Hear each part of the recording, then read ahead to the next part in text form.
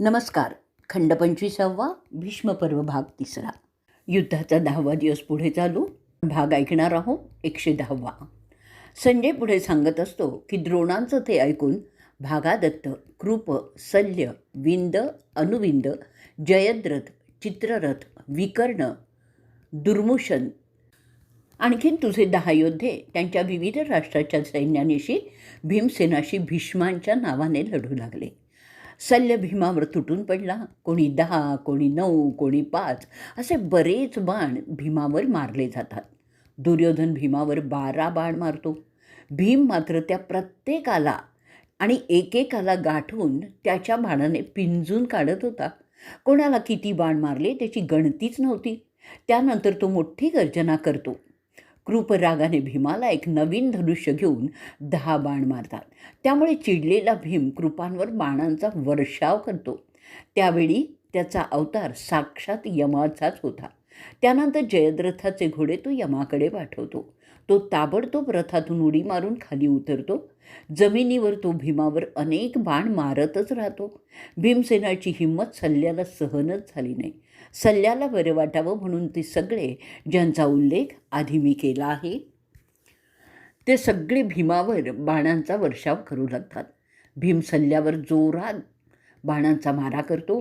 ते भीमाच्या रथाचं नुकसान करतात. त्याचा सारथी अशोक फार जखमी होतो. शल्य अशोकाला जखमी केल्यानंतर मोठ्यांदा सिंहगर्जना करतो. भीम शल्याला बाणाने बेजार करतो. त्यानंतर तो भागादत्तावर वार करतो. त्यानंतर कृतवर्मनाला मारतो. कृपावर चढाई करतो. ते योद्धेसुद्धा त्याला बाण मारतच असतात. त्यात जयद्रथ सामील झाला. तो बाण मारू लागला. कृपाने शतघ्नीने युद्ध करण्यास सुरुवात केली. त्याचा काहीच परिणाम भीमावर झालेला नाही आहे. भीमाने ती शतघ्नी तोडून टाकली. भागादत्ताचे सगळे हल्ले भीम उलटवतो. अर्जुन भीमाचा पराक्रम पाहतो आणि त्याला मदत करण्यासाठी त्याच्या दिशेने रथ वळवतो. ते दोघेही पांडव एकत्र आले आहेत ते पाहिल्यावर तुझ्या योद्ध्यांनी त्यांच्याशी लढण्याचं सोडूनच दिलं. अर्जुन भीष्माला मारण्याच्या इराद्याने ठरल्याप्रमाणे शिखंडीला त्यांच्यासमोर लढण्यासाठी जाण्यास सांगतो. त्यामध्ये ते दोघेही तुझ्या 10 जबरदस्त योद्ध्यांना मारतात. अर्जुन भीमाशी लढणाऱ्या सगळ्यांना बाणाच्या वर्षावाने पिटाळून लावतो आणि भीमाला मदत करतो. दुर्योधन शुशर्मनाला सांगतो की तो भीम आणि अर्जुन यांना आव्हान देईल. त्यानंतर शुशर्मन मोठी फौज घेऊन भीमावर चाल करतो आणि त्यांच्यात मोठी लढाई सुरू होते. भाग 111. संजय पुढे सांगतो की अर्जुन शल्याला त्याच्या बाणांनी जेरीस आणतो. त्याचबरोबर जयद्रथ आणि सुशर्मन, कृप, भागादत्त यांनासुद्धा अडवतो. त्या सगळ्यात नेहमीप्रमाणे युद्ध होतच राहतं. कोणीही मागे हटायला तयारच नव्हतं. भीम आणि अर्जुन दोघंही सिंहासारखे लढत होते. असंख्य गाड्या, घोडे नष्ट झाले. योद्धे किती मेले त्याची तर गणतीच नाही. अर्जुनाचं सामर्थ्य मात्र कमालीचं होतं. चमत्कारासारखं ते सगळं होत होतं. तरीही कृप, कृतवर्मन, शल्य, जयद्रथ, विंद, अनुविंद मात्र युद्धापासून दूर गेले नाहीत. त्यानंतर भीम आणि इतर पांडव तुझ्या फौजांचा फडशा पाडण्यास सुरुवात करतात. शल्याच्या वर्मस्थानी तो एक बाण असा मारतो की शल्य बेहोश होतो. तो शुद्धीवर आल्यावर जिष्णूवर 3 आणि जनार्दनावर 9 बाण मारतो. ते द्वंद्व होत असताना द्रोण आणि मगधचा राजा जयद्रथ तिथे दुर्योधनाच्या आदेशानुसार येतात. ते सुद्धा पांडवांशी लढू लागतात. भीमाच्या एका मोठ्या बाणामुळे जयद्रथाचा सारथी मरतो आणि त्यामुळे घोडे पिसाळल्यासारखे वेडेवाकडे धावू लागतात. द्रोण भीमाला बाण मारतात. नाईलाजाने भीमाला त्याच्या गुरुवर बाणांचा मारा करावा लागतो, कारण तो क्षत्रिय धर्म आहे. अर्जुन सुशर्माला अनेक बाण मारतो. त्यामुळे त्याचं सैन्य पळून जातं. भीमाच्या संहारक आवेशामुळे भडकलेले भीष्म, दुर्योधन, बृहद्वल भीमावर जोराचा हल्ला करतात. त्याचवेळी पांडवांची मोठी सेना घेऊन धृष्टद्युम्न भीष्मांवर चाल करून जातो. शिखंडी त्यावेळी भीष्मांच्या मागावर असतोच. त्यावेळी सगळे पांडव शिखंडीला आघाडीवर ठेवून आणि मागून श्रींजय आणि इतर पांडव भीष्मांचा समाचार घेण्यासाठी निघतात. त्यानंतर एक भयंकर युद्ध सुरू होतं कौरव आणि पांडवांच्यात. कौरवांचा विजय सर्वस्वी भीष्मांवरच्या जोरावरच होता. दृष्टद्युम्न त्याच्या फौजांना आदेश देतात की ते भीष्मांच्या पुढे जातील. त्यांच्या सरसेनापतीने आदेश दिल्यानंतर पांडवांचं सैन्य मोठ्या उत्साहाने पुढे सरकतं आणि ते भीष्मांवर चाल करून जातात. ह्याबरोबरच आपण 111वा भाग संपवणार आहोत. भाग 112. धृतराष्ट्र म्हणतात की मला सांग संजया, त्या 10व्या दिवशी शंतनूचा पुत्र पांडवांशी आणि श्रींजयांशी लढला का? कौरव पांडवांशी कसे लढत होते? आत्तापर्यंत मी तुम्हाला त्याचंच वर्णन करून सांगत आहे आणि ह्यापुढे सुद्धा आणखीन सांगणार आहे, असं संजय म्हणाला. गेल्या 10 दिवसात अर्जुनाने तुमच्या बऱ्याच योद्ध्यांना यमाकडे पाठवलेलं होतं. भीष्म त्यांनी दुर्योधनाला दिलेल्या वचनानुसार पांडवांच्या मोठ्या सैन्याचा चुराडा करत होते. त्यांनी केलेलाही होता. भीष्मांचं लढणं आणि अर्जुनाचं लढणं पाहता यश कोणत्या बाजूला जाईल हे सांगताच येत नव्हतं.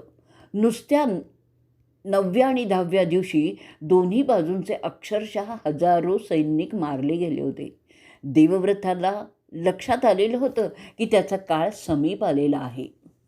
तेव्हा तो त्याच्या मनाशी ठरवतो की ह्यापुढे पांडवांचं सैनिक तो मारणार नाही. भीष्म युधिष्ठिराला त्याच्याजवळ येताना पाहतो. तेव्हा तो त्याला म्हणतो, अरे युधिष्ठिरा, तू मोठा सुज्ञ आहेस.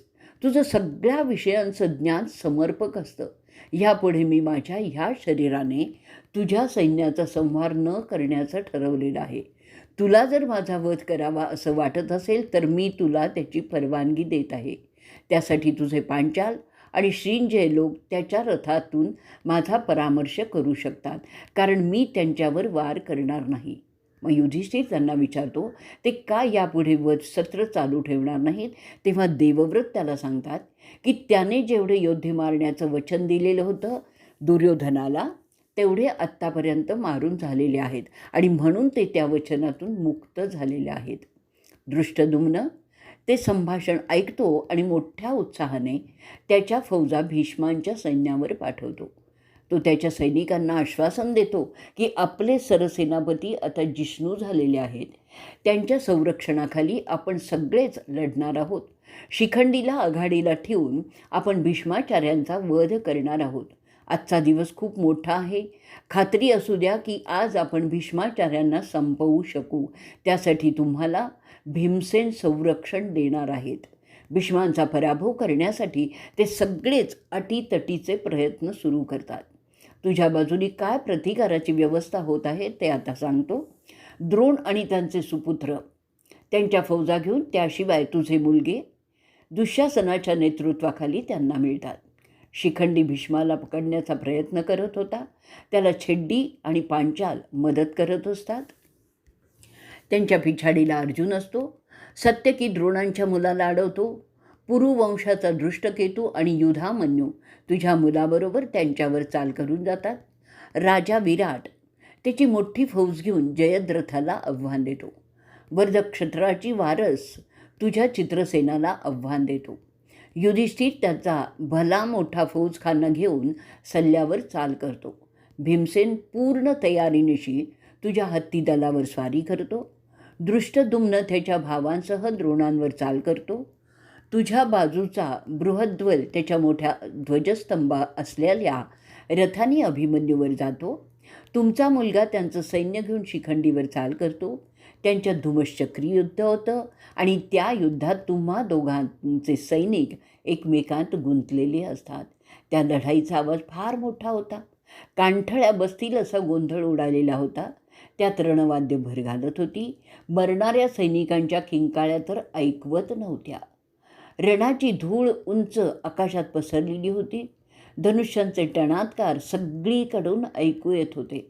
सैनिकांना फेकलेले भाले, शर, बाण आकाशातून जाताना एक वेगळंच नयनरम्य असं दृश्य दिसत होतं. हत्ती हत्तीला भिडलेले होते. पायी एकमेकांना भोसकतच होते. एका मासाच्या तुकड्यासाठी जसे 2 ससाणे लढतात तसेच तुझे आणि पंडूंचे त्या छोट्याशा जमिनीच्या तुकड्यासाठी त्यांच्या समर्थकांसह एकमेकांना ठार मारण्यासाठी उत्सुक झालेले होते. इथेच आपण 112वा भाग संपवणार आहोत. भाग 113. संजय पुढे सांगतो की अभिमन्यू तुझ्या मोठ्या सैन्याला आवरत असतो तेव्हा दुर्योधन त्याच्या छातीत 9 बाण मारतो. त्यामुळे भडकलेला अर्जुनाचा मुलगा त्याच्या रथावर एक प्रभावी शर असा फेकतो की त्याच्यामुळे तो रथ उलटला असता, परंतु तुझा मुलगा वेळीच एक बाण असा मारतो की त्यामुळे तो शर मध्येच फाटतो आणि व्यर्थ ठरतो. ते पाहून चिडलेला अर्जुनाचा मुलगा तुझ्या मुलावर आणखीन बाण मारतो. दुर्योधन आणि अर्जुनाचा मुलगा यांच्यातील लढाई देखील पाहण्यासारखीच होती.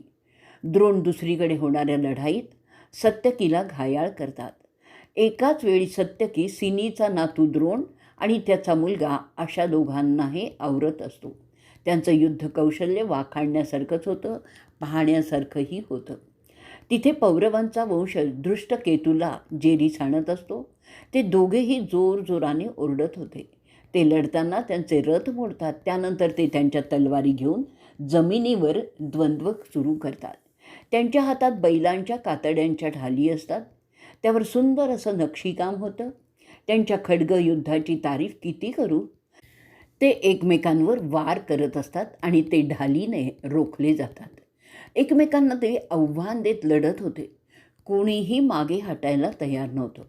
छेड्डी पौरवांवर वार करतो, त्याचा खांदा दुखावला जातो. लढता लढता ते दोघेही मातीत पडतात. तुझा मुलगा जयसेन पौरवाला उचलून घेऊन जातो. दृष्टकेतूला पांडवांचे सहदेव उचलून घेऊन जातो. अशा रीतीने त्यांचं द्वंद्व संपतं. तुझा मुलगा चित्रसेन पांडवांच्या बाजूने लढणारा दुसरा शुशुर्मन म्हणजे कौरवांचा वेगळा आहे, त्याला एक मोठा बाण मारतो. आणि ह्या सगळ्या लढाया भीष्मांना संरक्षण देण्यासाठीच होत असतात. अभिमन्यू बृहद्वलाला हरवतो आणि भीष्मांच्या आणखीन जवळ जातो. भीमसेन हत्ती दलाला आव्हान देतो. ते युद्धही मोठं विलक्षण होतं. त्याच्या माराने हत्ती मरून पडत होते, तेव्हा त्यांचे चित्कार ऐकवत नव्हते. मरून पडलेले हत्ती सावळ्या ढगांचे ढीग असावेत असं दिसत होते. दुसरीकडे युधिष्ठिर सल्ल्याशी मुकाबला करत असतो. ती लढाईसुद्धा विलक्षण होती. दोघांचं शौर्य वाखाणण्यासारखंच होतं. जयद्रथ विराटाला आव्हान देत असतो. त्यांचं द्वंद्व पाहण्यासारखं होतं. द्रोण दृष्टद्युम्नाला आव्हान देतात. त्यांच्यात एक भयानक युद्ध होतं. द्रोण त्याचं एक धनुष्य तोडतो आणि द्रुपदाच्या मागे लागतो. त्याला आव्हान देतो. त्यामुळे चिडलेला प्रिशताचा मुलगा द्रोणांवर गदा फेकून मारतो. द्रोण ती गदा अनेक तुकड्यात मोडून टाकतो. प्रिशताचा मुलगा एक शर असा मारतो की द्रोण त्यामुळे गोंधळून जातात. तरीसुद्धा नंतर ते तो शरसुद्धा मोडून टाकतात. अशी द्रोण आणि प्रिशताच्या मुलात लढाई होते. अर्जुन भीष्मांवर चाल करून जातो. त्यांच्यावर असंख्य बाणांचा वर्षाव करत असतो. चवताळलेल्या हत्तीप्रमाणे जिष्णू भीष्मांवर वार करत असतो. मध्येच भागादत्त अडमडतो. तेव्हा त्याला अर्जुन बाणाच्या वर्षावाने अडकवतो. त्यानंतर तो भागादत्ताला घायाळ करतो. त्याचबरोबर कुंतीपुत्र शिखंडीला भीष्मांकडे सरकण्याची सूचना करत असतो. त्याला मारून टाक असं मोठ्यांदा सांगत असतो. भागादत्त युधिष्ठिराला सोडतो आणि द्रुपदाच्या मागे लागतो, जो भीष्मांकडे वेगाने सरकत होता. योग्य संधी पाहून अर्जुन वेगाने भीष्मांच्याकडे जातो आणि पुन्हा ते सगळे तुमचे योद्धे अर्जुनाला अडवण्यासाठी त्याच्याकडे वेगाने जाऊ लागतात. त्या सगळ्यांना अर्जुन पिटाळून लावत लावत भीष्मांच्या दिशेने जातच असतो. अखेरीस तो आणि शिखंडी पितामहांच्या अगदी नजीक येतात. जवळ जाता शिखंडी त्यांच्यावर बाणांचा मारा सुरू करतो. भीष्मांचा रथ एक आगीचा बंब असावा असंच वाटत होतं. त्याच्या प्रत्येक बाणातून आग येत असे. त्याने तो क्षत्रियांचा विध्वंस करत असतो. त्यांची सगळी शस्त्र दैवी होती. कुरु सैन्य सोमकांचा नाश करत असतात. भीष्म त्यांच्या बाणाने अजूनही काही क्षत्रियांचा नाश करतो आणि त्याच्या हल्ल्यामुळे अनेक रथही मोडून तोडून पडलेले दिसतात. अनेक नामवंत योद्धे त्यात रथ हरवल्यामुळे आणि काही त्यांची शस्त्रसुद्धा घालवल्यामुळे त्या रणांगणात फालतू झालेले होते. अर्जुनाचं सामर्थ्य पाहत बसणं एवढंच काम आता त्यांना उरलेलं होतं. भीष्मांचे बाण त्यांच्या शरीरातून आरपार जात होते. बेवारस झालेले असंख्य रथ इकडे तिकडे विनाकारण फिरत होते. आत्तापर्यंत 14,000 कुलीन क्षत्रिय मारले गेलेले होते आणि त्याच्याबरोबर इतर क्षत्रियसुद्धा मारले जात होते. ते सगळं भीष्म एकटे करत होते. त्यात प्रामुख्याने सोमक, काशीस, कुरुश आणि छेड्डू होते. त्यांच्यासह त्यांचे घोडे आणि हत्तीसुद्धा मारले गेले होते. भीष्मांचा तो अवतार पाहिल्यावर कोणीही समजू शकत नव्हतं की त्यांचा मृत्यू निश्चित आहे. त्यामुळे एक अर्जुन सोडला तर आत्तापर्यंत कोणीही त्यांच्यापुढे उभाच राहू शकत नव्हता. अर्जुनाचं सारथ्य साक्षात कृष्ण करत होता. दुसरा होता पांचालचा राजपुत्र शिखंडी. त्याचं सामर्थ्य तर वाखाणण्यासारखंच होतं. पण इथेच आपण आपला 113वा भाग संपवणार आहोत. भाग 114. संजय पुढे सांगत असतो की शिखंडी भीष्मांच्या छाताडात बाण मारतो, परंतु गंगापुत्र फक्त शिखंडीकडे जळजळत्या नजरेने पाहतो, पण काहीही करत नाही. त्याचं पूर्व स्त्रीत्व लक्षात घेऊन त्याला काहीच करता येत नाही. परंतु शिखंडी त्याचा फायदा उठवण्याचं ठरवतो. त्यावेळी अर्जुन शिखंडीला म्हणतो, मित्रा, झटकन त्यांच्यावर चाल करून जा आणि पितामहांना जीवे मारून टाक. युधिष्ठिराच्या सगळ्या सैन्यात भीष्माला सगळं तोंड देऊ शकेल असा दुसरा कोणीही तुझ्याशिवाय नाही आहे. ते ऐकल्यानंतर मोठ्या उत्साहाने शिखंडी भीष्माचार्यांवर विविध शस्त्रांनी हल्ला करू लागतो. ते हल्ले दुर्लक्षून भीष्म अर्जुनाकडे लक्ष ठेवून लागतात. ते अर्जुनावर वार करायला लागतात. ते त्यानंतर सगळ्या पांडवांवर बाणांचा वर्षाव करू लागतात. त्या बाणांच्या वर्षावामुळे अनेक पांडववीर यमाकडे धाडली जातात. भीष्मांच्या बाणांमुळे सगळं आकाश असं भरतं की सूर्यही दिसेनासा होतो. भीष्मांच्या बाणांच्या वर्षावामुळे दोनही बाजूंचे योद्धे मारले जात होते. तुझ्या मुलाची, दुःशासनाची हिंमत मात्र पाहण्यासारखी होती, कारण तो अर्जुनाशी भीष्मांना संरक्षण देण्यासाठी मोठी लढाई देत होता. ते पाहून स्वर्गातील ऋषी देव संतुष्ट झाले. तो एकटा सगळ्या पांडवांना भारी जात होता. अर्जुनाला सुद्धा तो कठीण झाला होता. पांडवांचे कित्येक रथ त्याच्या हल्ल्याने नष्ट झाले होते. अनेक हत्ती त्यांच्या पोटात बाण घुसल्यामुळे घाबरून इतस्ततः पळत होते. एखादा अग्नी तळपत असावा ना, तसा तुझा मुलगा त्या रणभूमीत तळपत होता. अखेरीस इंद्राचा मुलगा त्याचे शुभ्र घोडे असलेल्या रथाने, ज्याचा सारथी कृष्ण आहे, तिथे पोचतो. तो दुःशासनाचा पराभव करतो आणि त्यांचा धोका दूर झाला असं पांडवांचं लष्कर समजतं. तेव्हा तो जिष्णू भीष्माचार्यांवर चाल करण्यासाठी पुढे जातो. अर्जुन तिथे लढत असताना फारच तेजस्वी दिसत होता. शिखंडी त्याचं काम चोख करत होता. त्याचे बाण भीष्मांना लागत होते, पण ते त्याकडे दुर्लक्ष करत होते. ते त्याच्याकडे पाहत आणि हसतच होते.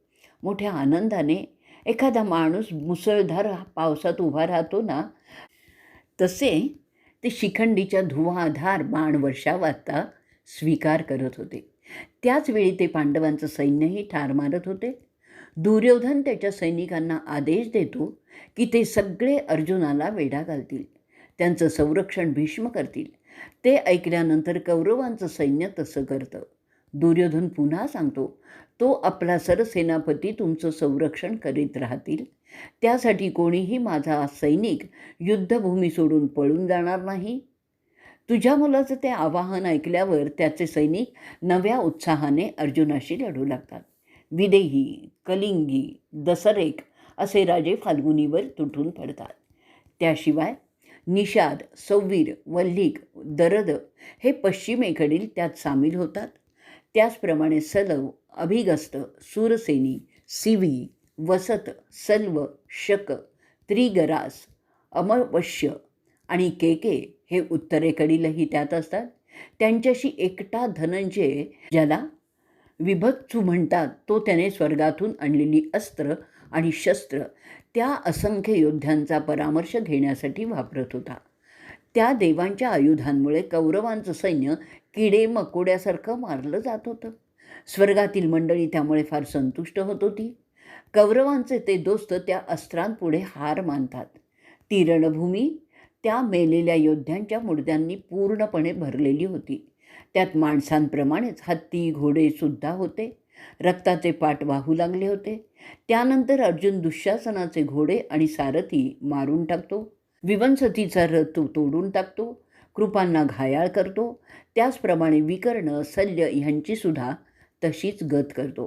त्याचे रथ आणि इतर सामुग्री नष्ट झाल्यामुळे ते योद्धे रणांगण सोडून पळू लागतात.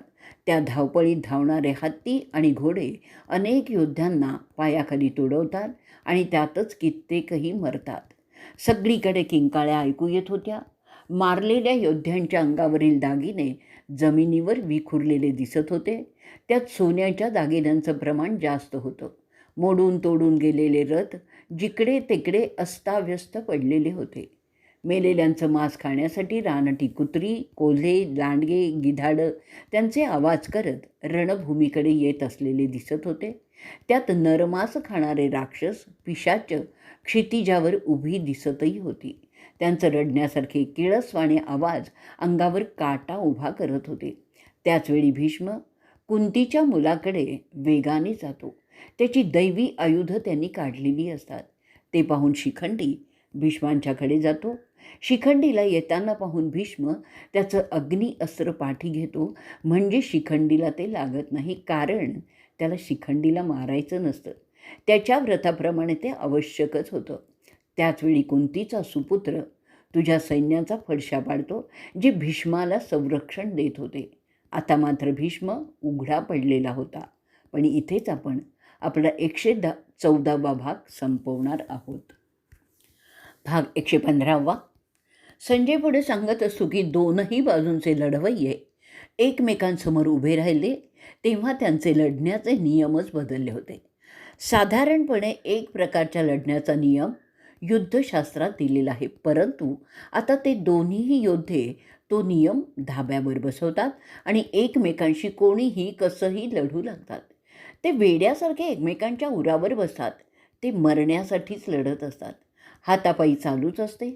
बाणांपेक्षा तेच त्यांना जास्त चांगलं वाटू लागलेलं असावं, त्यामुळे त्यांच्यावर मोठी अरिष्ट ओढवतात. हत्ती सगळ्या पायीक सैनिकांना अक्षरशः त्यांच्या पायाखाली तुडवायला लागतात. त्यांच्या युद्ध कौशल्याला फारसं महत्त्व राहतच नाही. कृप, चित्रसेन, दुःशासन, विकर्ण पांडवांच्या सैन्याचे 3-3 वाजवतात. पांडवांचं सैन्य सैरावैरा पळायला लागतं. जशी तुफानात अडकलेली जहाजं वेडी वाकडी हालत राहतात, तशीच त्यांची गत झालेली होती. जे त्यांचे होत होते त्यापेक्षा काही वेगळी परिस्थिती तुमच्या सैन्यात नव्हती. पार्थ तुमच्या फौजा कापून काढत होते. तुमचे अनेक हत्ती पांडव मारत होते. त्यांच्या प्रचंड धुडाखाली कित्येक तुमचं सैन्य मारलं जात होतं. पुन्हा एकदा सगळीकडे मृत शरीरांचा ढीग लागलेला दिसायला लागला. दुर्योधन पुन्हा पितामहांना भेटतो. तो त्यांचं सैन्य आघाडीला पाठवतो. पांडव जुनं वैर न विसरता तुमच्या मुलांचे जीव घेण्यात गुंतलेले दिसत होते. दृष्टद्युम्न त्यांच्या सैनिकाला म्हणतो, अहो सोमकांनो, श्रींजयानो, भीष्मावर चालून जा, ते एकच आपलं ध्येय आहे. ती आज्ञा झाल्याबरोबर ते सोमक आणि श्रींजय भीष्मावर चालून जातात. जरी ते सगळे बरेच जखमी झालेले होते, आता त्यांना फक्त स्वर्गाची स्वप्न पडत होती. अशा प्रकारे हल्ला झाल्यावर भीष्म चिडतात आणि श्रींजयांवर बाण फेकायला सुरुवात करतात. भीष्माला भार्गवाने जे शिक्षण दिलं होतं ते आता तो वापरत होता. त्या तंत्राने तो भीष्म दररोज हजारो सैनिक मारत होता. आजच्या 10व्या दिवशी एका हाताने तो 10,000 योद्धे स्वर्गात पाठवतो. त्याशिवाय मत्स्य आणि पांचालचे मोठे योद्धे तो पराभूत करतो. अशा रीतीने त्याने पांडवांच्या सैन्याची संख्या खूप कमी केलेली असते. भीष्मांच्या जवळ जे जात होते ते सगळेच तो यमाकडे पाठवत होता. भीष्म कौरवांच्या सैन्याच्या आघाडीत होते. आजच्या 10व्या दिवशी ते दोनही सैन्यांच्या बरोबर मध्ये होते. त्यांचं तेज माध्यानीच्या सूर्यासारखं असहाय्य होणारच होतं. जसे शक्र दैत्यांना भेदून काढत असे, तसेच गंगापुत्र पांडवांना भाजून काढत होते. त्यावेळी देवकीपुत्र कुंतीपुत्राला म्हणतो, तिथे पहा तो शंतनूचा मुलगा 2 सैन्यांच्या मधोमध आहे. हे वीच वेळ आहे, तुझी हिंमत वापरून तू त्यांचा वध करू शकशील. जेव्हा तो त्या जागेवरून हलेल तेव्हा तू त्याचे बाण झेलत वार करायचा आहे. त्याचवेळी अर्जुन त्याच्या बाणांच्या वर्षावाने त्याला आणि त्याच्या रथाला आणि घोड्यांना अदृश्य करतो. परंतु भीष्म त्याला दादच देत नाहीत. पांडवांचे सगळे रथी महारथी जसे दृष्टकेतू, भीमसेन, दृष्टद्युम्न, नकुल, सहदेव, केकय्या बंधू, सत्यकी, चेकितान, अभिमन्यू, घटोत्कच, द्रौपदीची 5ही मुलं, शिखंडी, कुंतीभोज, विराट थकलेले असतात. भीष्मांचा बाणांचा मारा सहन करत असतात. पांडवांच्या क्षेत्री दुःखाचं सावट पसरतं, तरीही फाल्गुनी त्यांना त्यातून काढण्यात यशस्वी होतो. आता परिस्थिती पाहून अर्जुन भीष्माचार्यांवर एकटाच चढाई करतो. त्यासाठी तो प्रथम भीष्मांच्या बरोबर असलेले सगळे मारून टाकतो. आता भीष्म एकटाच राहतो. त्यावेळी तो आणि सात्यकी, चेकितन, दृष्टद्युम्न, विराट, द्रुपद, नकुल आणि सहदेव अर्जुनाच्या मागोमाग त्यांच्यावर हल्ला करतात. अभिमन्यू आणि द्रौपदीची 5 मुलंही त्यांच्यात सामील होतात. ते सगळेच प्रवीण धनुर्धारी भीष्माला सगळ्या बाजूने बाणांनी जखमी करतात. ते होत असताना भीष्म न घाबरता पांडवांच्या गोटात घुसतो. तो सारखा शिखंडीकडे पाहत आणि हसतच असतो. तो त्याच्यावर एकही बाण मारत नाही. त्याऐवजी ते भीष्म द्रुपदाचे 7 महारथी मारून टाकतो. त्याचवेळी मत्स्य, पांचाल आणि चेड्डी गोटातून विचित्र प्रकारचं ओरडणं ऐकू येतं. ते सगळे जीवावर उदार होऊन भीष्मांवर प्राणघातक हल्ला करण्याच्या तयारीतच होते. ते त्या एका भीष्मावर यशस्वी चढाई करतात. भगीरथाचा भीष्म तो सगळ्या शत्रूंना भाजून काढणारा आणि ते पांडवांचे वीर अशी लढाई सुरू होते. शिखंडीच्या आडून तो भीष्मांवर बाणाचा मारा करू लागतो. मध्ये शिखंडी असल्यामुळे भीष्म अर्जुनाला बाण मारू शकत नव्हता आणि ते भीष्माला असंख्य जागी बाणाने जखमा करत असतो. इथेच आपण 115वा भाग आपला संपवणार आहोत. भाग 116वा. संजय पुढे सांगत असतो की शिखंडीची ढाल करून अर्जुन गंगापुत्राला जखमी करत असतो. त्यामुळे सगळे श्रींजय एकत्र येऊन त्याच्यावर संघटितपणे वार करू लागतात. ते त्यासाठी बाणापेक्षा भाले, कुऱ्हाडी, सोटे, गदा अशी शस्त्र वापरत होते. त्याशिवाय धारदार बाणसुद्धा वापरले जात होते. अग्निबाणांचा वापर त्यावेळी ते भीष्मावर करू लागले होते. अशा चौफेर हल्ल्यामुळे भीष्मांचं अभेद्य चिलखत फाटून गेलं होतं. तरीही त्याला दुःख झाल्याचं दिसत नव्हतं. त्या शेवटी ते त्या मारेकऱ्यांना युगांताच्या वेळी दिसणाऱ्या अग्नीसारखेच वाटत होते.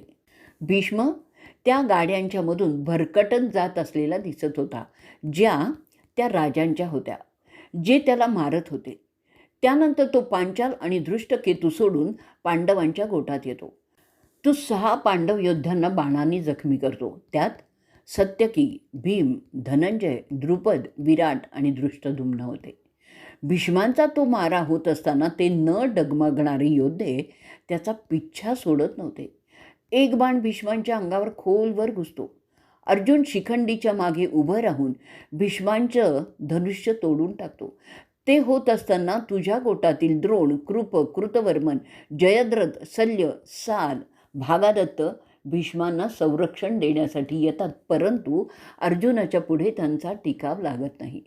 त्या सगळ्यांच्याकडे दैवी आयुध होती. मारा, झोडा, भोसका अशा आरोळ्या ऐकू येत होत्या. त्यावेळी पांडवांचं सैन्य त्यांच्यावर तुटून पडतं. ते अर्जुनाला संरक्षण देत असतात. त्यामध्ये होते सत्यकी, दृष्टद्युम्न, भीमसेन, विराट, द्रुपद आणि राक्षस घटोत्कच होते. त्यात पुढे होता अभिमन्यू. ते 7 तेजस्वी योद्धे त्यांची धनुष्य घेऊन वेगाने कौरवांवर चाल करतात आणि तिथे एक भीषण युद्ध होतं, जसे देव आणि दानवात प्राचीन काळी होत असे. शिखंडी मात्र त्याचं ध्यान भीष्मांवर ठेवूनच होता आणि त्याला अर्जुन संरक्षण देत होता. ते दोघेही भीष्माला सतत बाणांनी जखमी करत होते, परंतु त्यांना त्यामुळे काहीच होत नव्हतं. भीष्माचं धनुष्य मोडलं जात होतं. त्यानंतर त्याचा सारथी जखमी होतो. गंगापुत्र दुसरं जास्त मजबूत असं धनुष्य घेतो, पण ते सुद्धा ताबडतोब अर्जुन तोडून टाकतो. तो सव्यसाची भीष्माची धनुष्य तोडत असतो आणि भीष्म नवीन धनुष्य काढत असतो. शेवटी संतापलेले भीष्म एक प्रभावी शर अर्जुनावर फेकतात. अर्जुन तो शरसुद्धा तोडून टाकतो. ते पाहून भीष्म संतापलेत. ते ओरडून म्हणतात की मी एका बाणाने सगळे पांडव मारू शकतो, पण त्यांच्याकडे जनार्दन आहे. ज्याच्यामुळे मला ते करता येणार नाही. पांडव कधीच अशा प्रकारे मारले जाणार नाहीत हे मी जाणून आहे. परंतु माझ्या पित्यामहाने मला 2 वर दिलेले आहेत. त्यातील एक आहे की माझा मृत्यू माझ्या हातात असेल आणि दुसरा आहे की माझी मरणाची वेळ मी ठरवणार आहे. आणि त्या 2 वरांचा उपयोग करण्याची वेळ आत्ता मला आलेली आहे. ते तो बोलते आणि ते आकाशातील ऋषी आणि वसू ऐकत असतात. ते त्याला दुजोरा देतात, ते त्याला अनुमोदन देत आहेत असं सांगतायत. ते त्याला सांगतात की आता त्याने युद्धातून बाहेर येण्याची वेळ आलेली आहे. त्याचा जाण्याचा काळ समीप आलेला आहे. ते ऐकू आल्यानंतर स्वर्गातून सुगंध पृथ्वीवर पसरू लागला. सगळीकडे शुभलक्षणं दिसू लागली. वातावरणात वाऱ्याबरोबर सुगंध पसरू लागला. ते त्या स्वर्गस्थ मंडळींचे उद्गार फक्त भीष्म आणि मीच ऐकू शकत होतो. मला दिलेल्या वरामुळे मी ते ऐकू शकत होतो. त्याच वेळी भीष्म त्याच्या रथातून खाली पडले. ते उठतात, विभत्सूवर चाल करतात. त्यांना शिखंडी त्या अवस्थेत सुद्धा बाण मारत असतोच. मारलेले बाण त्यांच्या चिलखतातून आरपार गेलेले होते. त्या कोणत्याही गोष्टींचा भीष्मावर काहीही परिणाम झालेला दिसत नव्हता. विभत्सू त्याचं गांडीव काढतो आणि हसत हसत गंगापुत्रावर नेम धरतो. ते बाण भीष्माच्या वर्मी लागतात. भीष्म तरीसुद्धा लढतच होते. अर्जुनाचा प्रत्येक वार ते उलटवत होते. फक्त शिखंडीच्या बाणांना भीष्म उत्तर देत नव्हते आणि अर्जुन पुन्हा पुन्हा भीष्मांचा तीरकमठा तोडून टाकतो. अर्जुन 3 बाण त्याच्या रथाला असे मारतो की त्याचा रथ हादरतो. भीष्म आणखीन एक धनुष्य घेतो आणि ते सुद्धा अर्जुन मोडतो. अशा रीतीने भीष्मांची सगळी आयुधं तो निकामी करत असतो. त्यानंतर भीष्म अर्जुनाशी न लढण्याचा निर्णय घेतो. त्यावेळी भीष्म दुःशासनाला सांगतात, अरे दुःशासना, तो पार्थ रागाने माझ्यावर वार करत आहे. तो इंद्राला सुद्धा ऐकणार नाही. माझं बक्षीर तर देव, दानव, राक्षस सगळे एकत्र आले तरी मला हरवू शकणार नाहीत. मग माणसांची काय रे कथा. ते असं दुःशासनाशी बोलत असताना अर्जुन शिखंडीच्या मागून एक जबरदस्त बाण भीष्माला मारतो. भीष्म पुन्हा दुःशासनाला हसत हसत म्हणतात, हे बाण अर्जुनाचे आहेत, ते शिखंडीचे नाही आहेत. त्या बाणांच्या स्पर्शाने मला समजतंय की ते ब्राह्मणाच्या दंडासारखे तेजस्वी आहेत. इंद्राच्या वज्राची शक्ती त्यात आहे. त्यांच्या स्पर्शाने सुद्धा कोणीही नष्ट होईल. माझ्या शरीरात घुसणारे बाण शिखंडीचे नाहीत, तरीही ते मला काहीही बाधा करू शकत नाहीत. सगळे पृथ्वीचे राजे एकत्र येऊन जरी माझ्याशी लढले ना, तरीही मला हरवणं शक्य नाही. ते बोलत असताना तो पांडवांवर एक शर पार्थावर फेकतो. पार्थ तो उडवून लावतो. भीष्म आता रथातून उतरू लागतात. त्यांच्या हातात तलवार आणि ढाल होती. अर्जुन त्यांची ढाल तोडून टाकतो. त्या ढालीच्या ठिकऱ्या ठिकऱ्या उडतात. ते तर पाहण्यासारखंच होतं. युधिष्ठिर ते पाहतो आणि त्याच्या सैनिकांना भीष्मांवर चाल करण्याची आज्ञा करतो आणि म्हणतो, धावा, गंगापुत्राला धरा, अजिबात घाबरू नका. पांडवांचे योद्धे विविध प्रकारची आयुधं घेऊन त्या एकट्या पडलेल्या भीष्मांवर हल्ला करतात. त्याचवेळी पांडवांच्या गोठातून मोठा गदारोळ ऐकू येतो. ती 10व्या दिवशीची लढाई फारच भीषण होती. भीष्म आणि अर्जुन एकमेकांना भिडतात, जशी काही नदी सागराला मिळतीये. भीष्मांना त्यांच्या सर्वांगावर बाण लागलेले असतात. त्यांनी त्या एका दिवशी 10,000 योद्धे मारलेले असतात. त्यावेळी भीष्माला मदत करण्यासाठी आलेले पूर्वेकडील, पश्चिमेकडील, उत्तरेकडील आणि दक्षिणेकडील सगळे राजे त्यांच्या सैन्यासह तिथून पोबारा करतात. शल्य, सल्व, त्रिगर्त, अमवश, कैकेया असे कौरवांचे खास राजेसुद्धा भीष्माला सोडून जातात. तो एकटा पडतो. अर्जुन कौरवांच्या सगळ्या योद्ध्यांचं पारिपत्य करतो. धरा, कापा, मारा, तुकडे करा अशा आरोळ्या ऐकू येत होत्या. भीष्मांच्या अंगात असा भाग नव्हता जिथे बाण घुसलेला नव्हता. अशा रीतीने तुमचे पितामह छिन्न भिन्न झालेले होते. त्या अवस्थेत अखेरीस भीष्म त्यांच्या रथातून खाली पडतात. त्यावेळी संध्याकाळ झाली होती. भीष्म पडल्याचं पाहून सगळेच आकांत करतात. आकाशातून सुद्धा आक्रोश ऐकू येतात. त्यांचं ते तसं पडणं पाहून कोणालाही वाईटच वाटलं असतं. ते दृश्य विदारकच होतं. सगळी पृथ्वी हादरलेली होती. त्यांच्या अंगाला इतके बाण रुतलेले होते की ते त्या शरपंजरी पडले. तो काळ दक्षिणायनाचा आहे आणि त्या काळात देहत्याग करणं उचित नसतं असं शास्त्र सांगतात, असं सगळे म्हणत असतात. भीष्माला ते माहीत होतं, म्हणून ते त्यांचा जीव धरून ठेवतात. भीष्म आकाशातील देवतांना सांगतात की ते उत्तरायणापर्यंत जिवंत राहणार आहेत. गंगा नदीला ते समजतं की तिचा मुलगा शरपंजरी पडलेला आहे. गंगा मानस सरोवराकडून काही ऋषी तिच्या मुलाला पाहण्यासाठी पाठवते. ते राजहंसाच्या रूपात तिथे येतात आणि भीष्माला शरपंजरी पडलेलं पाहतात. ते त्याच्या भोवती प्रदक्षिणा करतात. नंतर ते एकमेकात म्हणतात की उच्च दर्जाच्या माणसाने दक्षिणायनात मरणं योग्य नाही. भीष्म त्यांचा ऐकतो आणि म्हणतो, मी या अशुभ काळी मरणारच नाही, त्याबद्दल निश्चिंत राहा, कारण तो माझा निर्णय आहे. मी माझ्या पूर्वजांच्या ठिकाणी उत्तरायणातच जाणार आहे. माझ्या पित्याने जो वर मला दिलेला आहे त्याचा उपयोग आत्ता मी करणार आहे. भीष्म गेले हे कौरवांना समजतं. त्यांची तर वाचाच बंद होते. ते त्यांना अशक्य वाटत होतं ते आज घडलेलं होतं. तो मानसिक धक्का कौरवांना पेलण्यासारखाच नव्हता. ते अचंबित झालेले जागच्या जागी उभे राहतात. युद्ध थांबलेलं असतं. भीष्म गेल्याच्या वार्तेने पांडवांच्या गटात समाधान दिसत होतं, परंतु ते सगळ्यांचेच पितामह असल्यामुळे त्यांना त्यांच्या जुन्या आठवणी येत होत्या. काही बोलतात आता कौरवांचा नाश निश्चितच होणार. पांडव शंखनाद करू लागतात. सोमक, पांचाल सगळेच आनंद व्यक्त करतात. हजारो तुताऱ्या वाजायला लागतात. नगारे पिटले जातात. आनंद आणि पितामह गेल्याचं दुःख अशा दुहेरी मनस्थितीत पांडव होते. 10वा दिवस संपत आलेला होता. आकाशातून ऋषी आणि पितर भीष्मांचं स्वागत करत होते. त्याच वेळी भीष्म मात्र उपनिषदात दिलेले योग करण्यात गुंतलेले दिसत होते. ते ध्यानात गेले होते. त्यांचा जाण्याचा क्षण येईपर्यंत ते तसेच त्या शरपंजरी निजलेले राहणार होते.